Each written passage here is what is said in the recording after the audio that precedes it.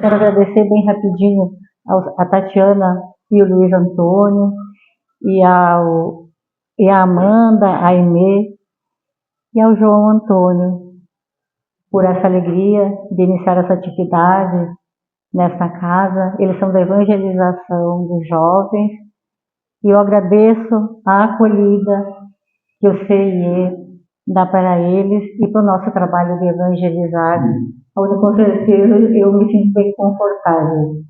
Mas sempre é difícil, como a Suzana falou, para eles estarmos aqui, e é difícil sempre. O que conforta a todos nós, a mim especialmente, é olhar e me sentir em casa, me sentir dentro de uma família, com todos vocês, de quem eu espero a compreensão, e dos meus queridos, dos nossos queridos, do lar dos idosos, com quem nós temos a alegria de compartilhar algumas atividades. Sejam todos muito bem-vindos.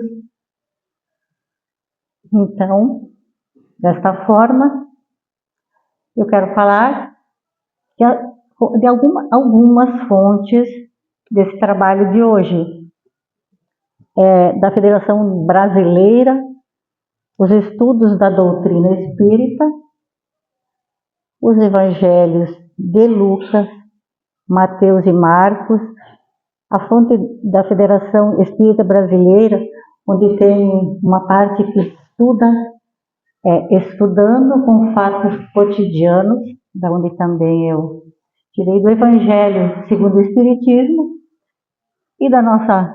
e a pérola maravilhosa que é de Chico Xavier, pelo espírito de Humberto de Campos, a Boa Nova.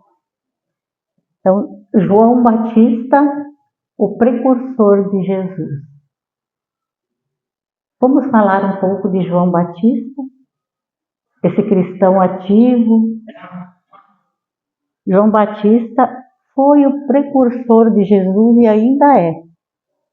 Mas antes disso, ele era primo de Jesus. E ele veio para pregar a chegada de Jesus e que ele mesmo chamou de o Messias.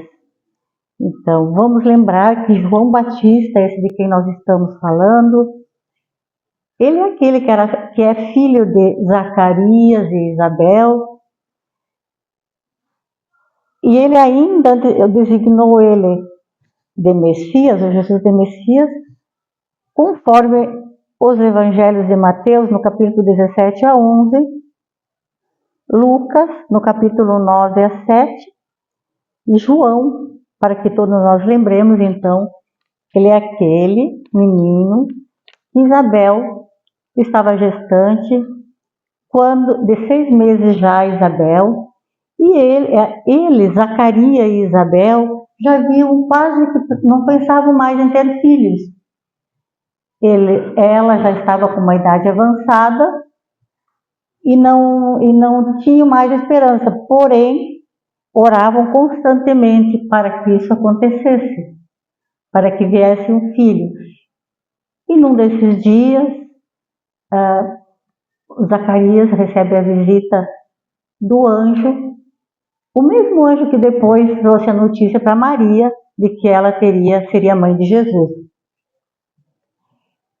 E Maria visita então a nossa gestante, que era Isabel. Ela também já esperava, mas a outra era muito idosa, e ela investiu-se de uma humildade e perfeição, de amorosidade, que ela foi para casa, mesmo esperando Jesus, ela foi lá para auxiliar Isabel, que já era mais velhinha e estava precisando. Diz as narrativas, aqui vou fazer só umas narrativas para depois entrar, que ela já contava de 60 anos, mas o melhor de tudo é a gente não se adeter em datas, em ficar apenas com as histórias, né? Então, nascem os meninos, mas elas voltam a se reencontrar quando eles já estão com uma certa idadezinha, mas ainda crianças.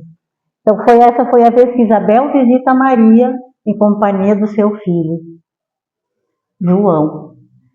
Chegando lá, era uma cidade muito pobre, Nazaré, na casa de Maria, que era muito humilde também. Maria vivia ali com José e Jesus. Então chegam e se encontram novamente os dois meninos, e as mães ficam ali a conversar sobre a peculiaridade de cada filho, como eles se comportavam, bem mães como todas nós, contavam uma para a outra. E quando José volta para dentro de casa, elas ficam assustadas, porque as crianças não estavam mais lá. João e Jesus não estavam. E elas, como todas as mães, saem a procurá-los. Aí elas chegam assim, numa colina, um entardecer daqueles esplêndidos, com uma brisa que soprava, estava o vento, balançar os cabelos de Jesus e como que afagar os cabelos cacheados de João.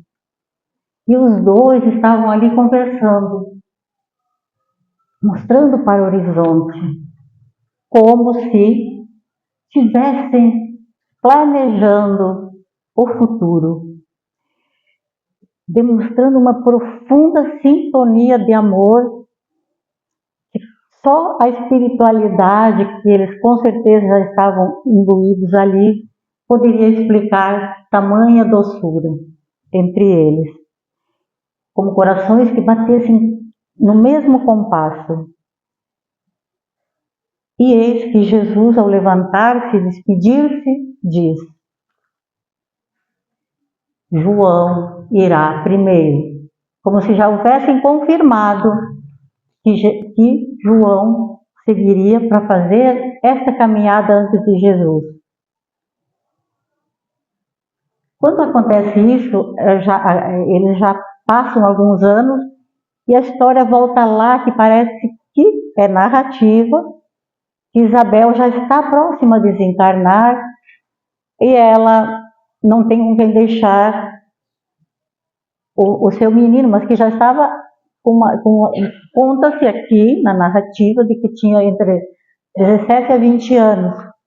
E ela fica muito preocupada. Aí, a narrativa é de que ela deixa espiritualmente aos cuidados de Elias. E nesse momento, ela não aparece mais. Eles já saem desta cena, os pais de João. Então, ele vive de uma maneira simples, João vive de uma maneira simples, muito limpa, muito honesta, nos desertos, pregando lá e cá, mas não com a intensidade que ele iria fazer mais adiante. Até os 30 anos, ele vive de maneira natural e simples. Então, ele se alimentava de mel silvestre e alfarrobas.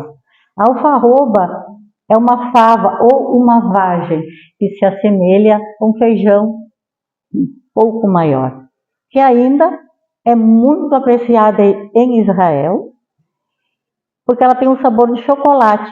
Mas hoje ela se difundiu tudo, inclusive no Brasil, ela é utilizada como energético para pessoas que têm problemas de saúde grave e para aqueles que precisam de energético, tipo, fazem exercícios bastante, e ela ainda é utilizada. E ele era considerado, então, por isso, vegetariano, porque tinha uma visão simples da vida e ela era pura, limpa e casta. Porque pelas narrativas ele viveu solitário, sem família ao entorno, vivendo dessa forma e pregando, mas de maneira mais discreta nesse deserto. Então agora, quando ele completa 30 anos de idade, João, a gente vai agora pensar em conhecer a missão de João Batista à luz da doutrina espírita. Ele é considerado a voz clamante do deserto. Ele tinha uma voz forte, confiante, e ele rompe o silêncio profético. Ele preparava corações para a chegada do Messias. Ele pregava então para aqueles que tinham sede da verdade. Mas muitos daqueles que nem tinham sede se deixaram contaminar pela energia, pela fé e pela confiança que ele passava. Ele despertava por onde passasse essa confiança, embora eles fossem ainda eles ainda eram arrogantes, bravos, desconfiados, mas eles se deixavam emocionar por essa fala dele. E ele falava que a mensagem dele era para os corações que buscavam estar libertos. E era aquilo, né? Conheceis a verdade e a verdade vos libertará. Ele pregava para esses e ele foi também considerado o símbolo da verdade, porque ele não priorizava milagres, porque nunca se teve notícia que ele tivesse também praticado um. Ele era absurdamente primador do testemunho da sua verdade. Ele não fez nenhum sinal, ele não deixou nenhuma amostra, apenas falava, e falava com convicção. E dessa forma ele ia juntando pessoas que muitas vezes se transformavam em multidões. E Jesus, ele veio simples e puro falar de Jesus. Então, quando ele falava, realmente todos viram que a sua fala era muito verdadeira. Quando ele falava de Jesus, todos foram comprovando que era uma verdade absoluta. Então, quem fala e prega de Jesus, está levando as almas para Deus. Então, esta vontade e desejo que nós temos que manter de falar de Jesus é a missão do homem de bem, do homem de verdade, daquele que crê na vida que segue.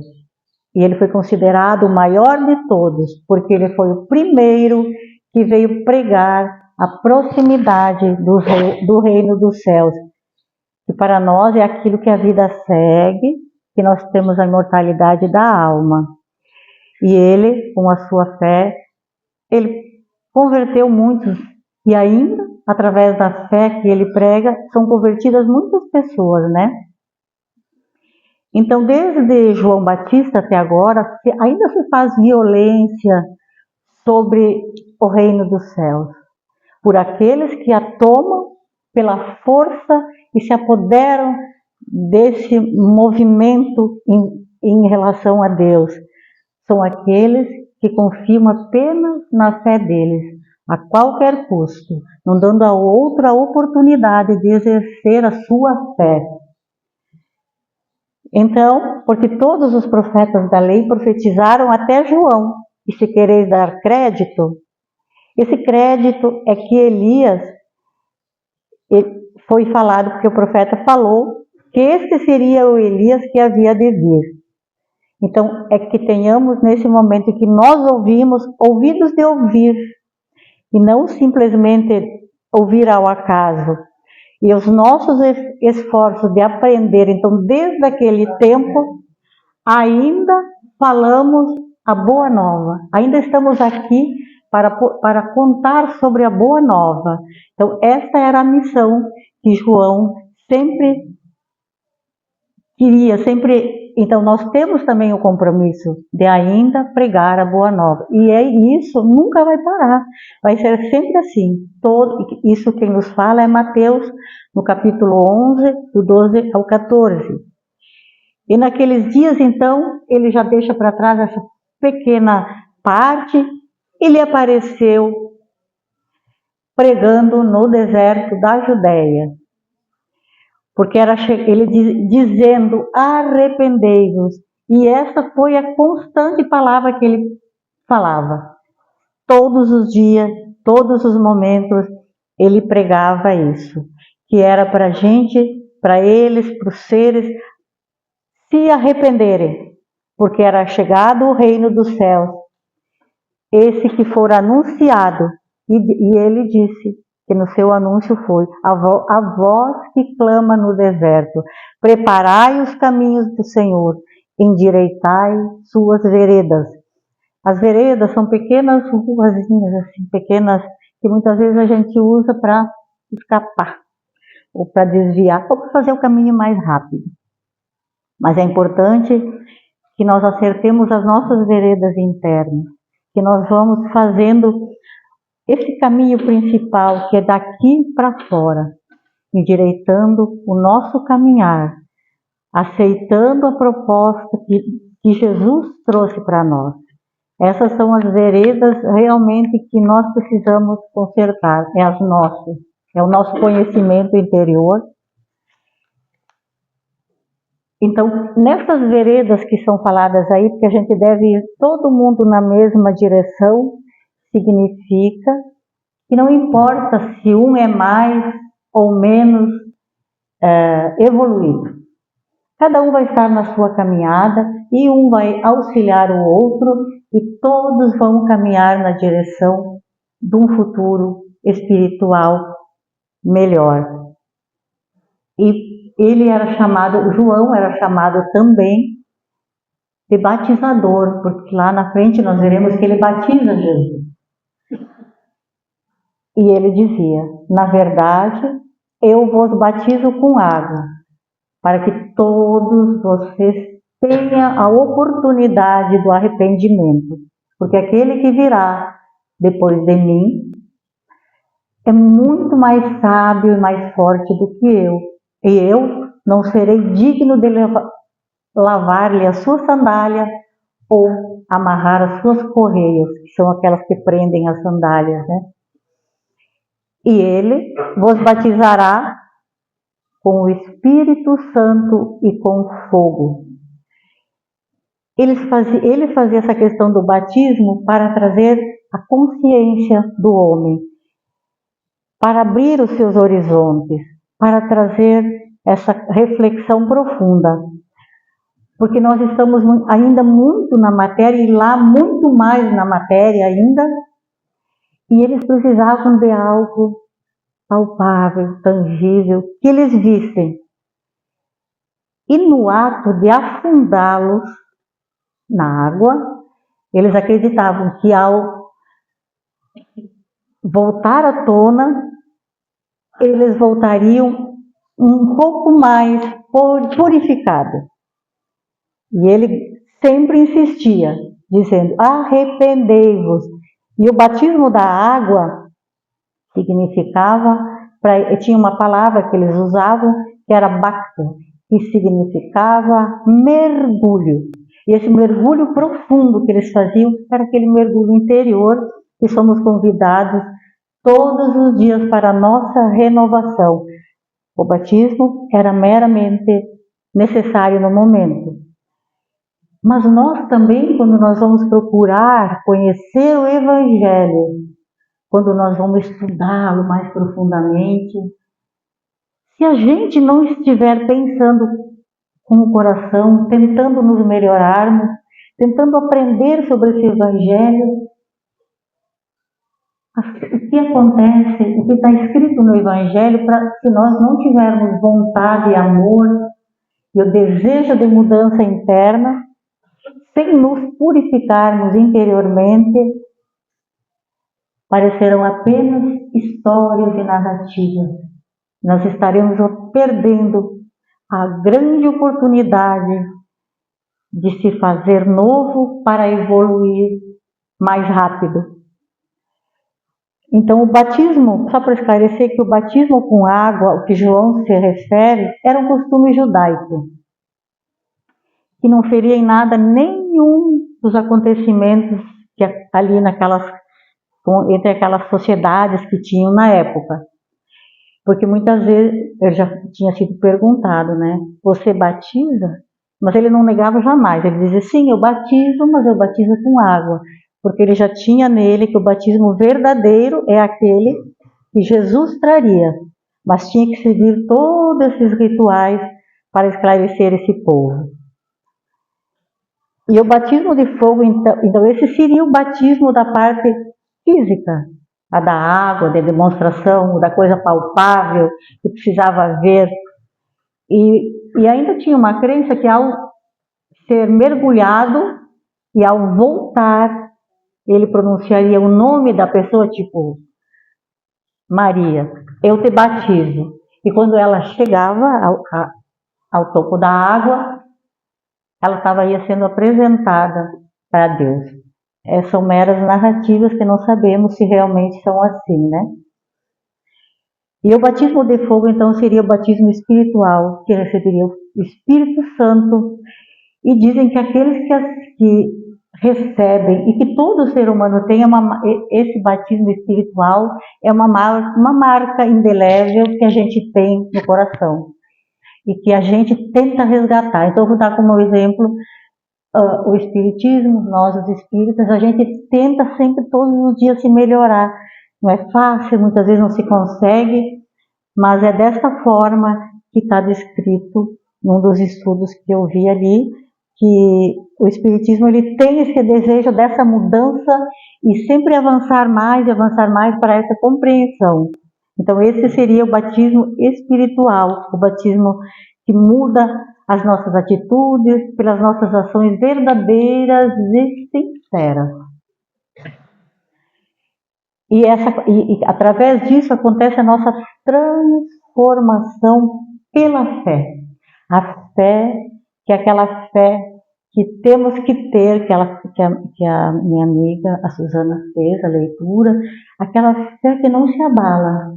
Era a fé que Isabel e Zacarias tinham, a fé convicta, e que muitos daquela época tinham. Então, essa transformação da fé, nós vamos só narrar. Eu tinha feito um slide, mas não foi possível, deu problema aí no computador. Então eu vou narrar um pouquinho aqui de como foi o encontro de Jesus e João, porque eles estavam nessa missão juntos. E então Jesus está, como sempre, nas margens do Rio Jordão. Aquele rio era já santificado por todos. Ele era emblemático, assim, todo mundo acreditava muito nos acontecimentos em torno. E era ali que João estava com aqueles que o seguiam, e ele estava pregando. Ele estava pregando que era necessário mudar, que estava muito próximo à chegada daquele que transformaria tudo. E eles perguntaram, mas alguém vai ser destruído? Porque eles achavam que Roma era o culpado de tudo, né? Então ele falou que não, que haveria bondade em tudo. E nessa manhã ele sente um forte calor, uma coisa muito diferente no corpo. João sentiu e olha para eles, mas ele se volta de costas para os seus seguidores.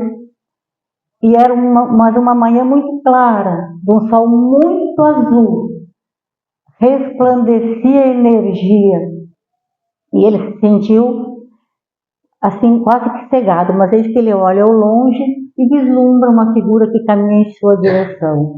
E os seguidores diziam, quem é aquele que está se aproximando? E ninguém sabia, ninguém imaginava, porque até então não tinha batido tudo o que ele falava, que estava próximo, né? E nesse momento, João vislumbra e diz, é ele que está chegando. E ele caminha, e ambos caminham um passo lento, um em direção do outro, e se abraçam com uma saudade muito forte. Eles tinham muita saudade de estarem juntos, e Jesus pede para João batizá-lo. E ele diz, não sou digno de batizá-lo, sei que você não tem pecado algum. E ele disse, não, você tem que me batizar, porque meu Pai assim o quer. E nesse momento, então, João aceita e o batiza da mesma forma que batizava os outros, para cumprir o que já estava programado por eles. E nesse ato, nitidamente demonstra, pelos que contam, mesmo nos evangelhos, era que João, chegando ali, ele entrega para Jesus a missão, como dizendo: eu vim até aqui, agora é com o Senhor. E ele então vai seguir, e João já começa afastado dali nesse momento, ele vai tomar outra situação, e Jesus fica. Então, quando ele fica ali se alimentando de mel e mel selvagem, e usava apenas uma veste de pele de, uns dizem de cordeiro, outros dizem de camelo, acho que isso não tem relevância, né? Ele vem simplesmente e se deixa degolar por testemunho da sua verdade. Então, quando ele se deixa degolar, quando João é degolado, é feito por um capricho da esposa de Herodes Antipas, porque João foi desafiar na frente do palácio, que não era o Herodes pai Antipas, era o filho. E ele lá dá uma chamada de atenção, como não foi visto, porque chamou eles de adúlteros, e a mulher, num momento de capricho e de raiva, pede a cabeça numa bandeja, e assim foi feito. Ele não teve nenhuma, ele era muito jovem quando isso aconteceu, mas ele se deixou degolar para que se cumprisse tudo e para dar fé àquilo que ele falava. E ele ele precedeu o testemunho da verdade, da misericórdia e da bondade do Mestre. Ele colocou este João áspero, duro. Ele era o liminar dos seus gloriosos acompanhantes, mas ele foi um dos mais belos símbolos imortais do cristianismo. Ele era muito vigoroso em tudo que ele fazia e muito crente do que ele tinha a verdade estava com ele. E quando eles falam que João era a verdade, e a verdade, na sua tarefa do aperfeiçoamento, ele se deixava dilacerar. Não tinha mágoa nenhuma no coração, mas ele sempre se deixou levar por sacrifícios extremos. Ao viver também era um sacrifício muito grande, ele estar lá no deserto sozinho, se alimentando daquela forma, simples. E ele então tem essa tarefa de, primeiro ele aperfeiçoou a si mesmo, e depois a nós todos, que ele deixa o exemplo, né? Então João Batista foi o grande missionário de Jesus, porque ele era o verdadeiro missionário de Deus, sem justificar a sua superioridade, mas só pelas suas virtudes de grandeza e pelo resultado de influência moralizadora sobre as obras da missão de que ele se dizia portador. E assim é um grande exemplo para todos nós, que se nós dissemos que estamos aqui para cumprir, porque temos a missão, que somos portadores, primeiro de tudo, nós temos que nos curar, para depois pregar, não podemos guardar para nós, né? E ele mandou, então, quando ele pede para esse homem rude fazer isso, que ele era considerado rude, mas era o homem que ele mais amava e mais confiava. Não que não confiasse e amasse os outros, mas ele colocou lá porque ele sabia que ele cumpriria. Então ele enviou ele nessa energia toda e para mostrar para nós que nós precisamos sempre de alguém a nos auxiliar. Um só nada faz. Precisamos uns dos outros aqui nessa caminhada, porque Jesus sabia que ele vinha fazer o trabalho mais, o alicerce. Assim como hoje nós também temos que começar aqui, os outros que virão, os nossos jovens que virão seguir. Mas ele teve esse momento, foi para saber que nós precisamos da ajuda uns dos outros, ele também. Ele poderia ter chegado simplesmente, né, e cumprido a sua missão da maneira que melhor lhe agradasse. Mas ele fez assim porque ele sabia que ele viria para derramar amor e luz sobre todos nós. Então, todo o estímulo de João era sempre de arrepender-se. Arrepender-se em qualquer situação. E nós devemos considerar essa vida espiritual debaixo de um ponto de vista que traga a nós satisfação e razão, que traga a lógica, o bom senso, o conceito que temos da grandeza e da bondade de Deus para conosco. Que é só nós mostrarmos que temos vontade, empregarmos o nosso desejo, nós já estaremos fazendo uma grande evolução. Então, quando ele pregava arrependimento, então nós precisamos nos arrepender para termos expiação e para fazermos a reparação. E quando nós podemos nos arrepender, é o primeiro passo para a nossa regeneração. Mas não significa viver de remorsos, de viver de dor, de viver de sacrifícios, se imolando. Não, não é isso que Jesus e que Deus pensa de nós. Expiar não significa também que se eu bater aqui, alguém vai bater em mim da mesma forma. Mas a verdade é que quando nós não fizermos o nosso caminho direitinho, aquela mesma dor que foi provocada por nós em alguém, ela chegará a nós, não necessariamente da mesma forma. Por isso que muitas vezes é difícil a gente pensar que merece aquilo, né? Então ela virá de qualquer forma, e quando ela vem, é preciso que nós a aceitemos e de forma alguma deixar de cumprir. E sempre essa reparação é feita com o nosso semelhante, com amor, com benevolência e com acolhimento. A reparação, então, ela é um ato consciente de cumprir alguma tarefa. Eu prejudiquei lá uma criança, fiz alguma coisa negativa, eu vou fazer o quê? Eu vou trabalhar num lar, eu vou trabalhar com crianças, eu vou ser evangelizadora, estou convidando. Aí, então é assim, nós vamos reparar, vamos correr atrás de nós repararmos. Porque quando aparece o trabalho é porque nós precisamos estar lá, temos que aceitar. No tempo, então esse arrependimento sempre será a mola propulsora para o nosso melhoramento. É a primeira fase, é aquela mola que dá o incentivo para nós. Isso está no Livro dos Espíritos, na questão 999 a 1000.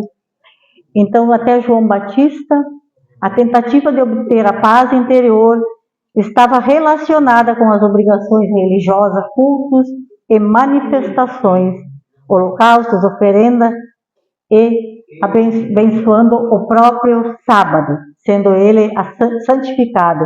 Então, conta-se que Salomão, ele imolou 22.000 vacas e 120.000 ovelhas em sacrifício amoroso e pacífico. Bem assim.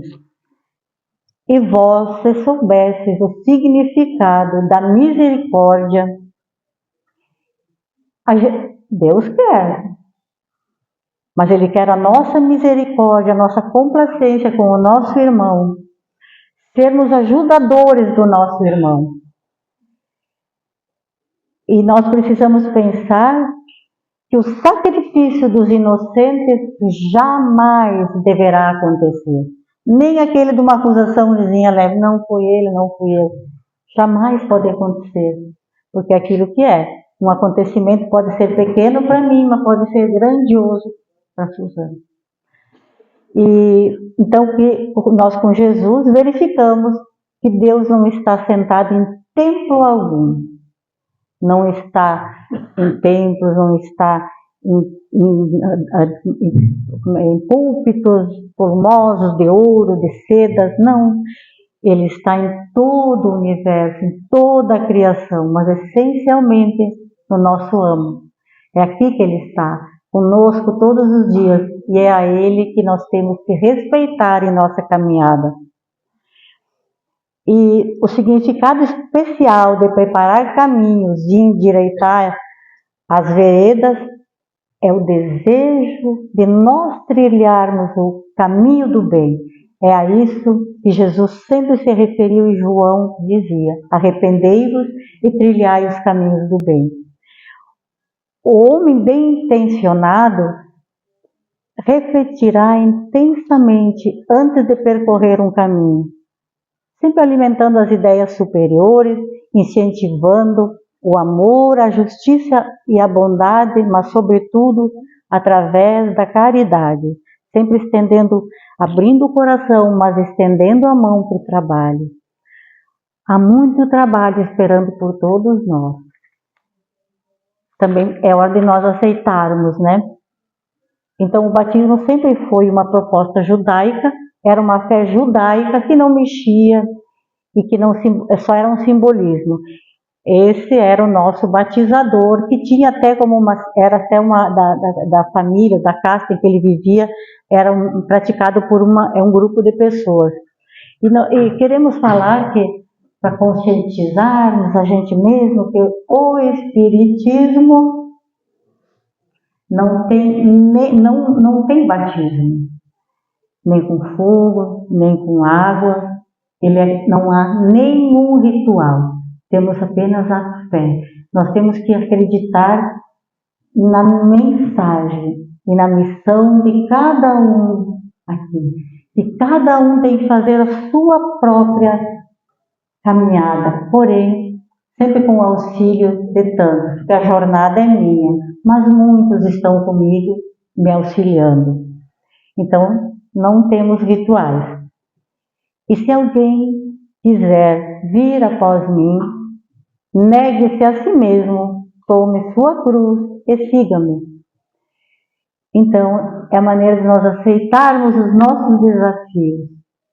É não negar que nós estamos aqui para nos evoluir e aceitar todos os sofrimentos, porque nós estamos em provas e expiações. E desta encarnação nós precisamos cuidar da nossa resiliência, da nossa paciência e da nossa resignação, porque se temos demandas é porque nós precisamos resolvê-las e muito rápido. E tudo que a gente pensa é que para tudo isso é preciso caridade, com nós mesmos e para com todos. E o verdadeiro espírita, homem de bem, se conhece pela caridade e da maneira que ele segue a mensagem que João trouxe.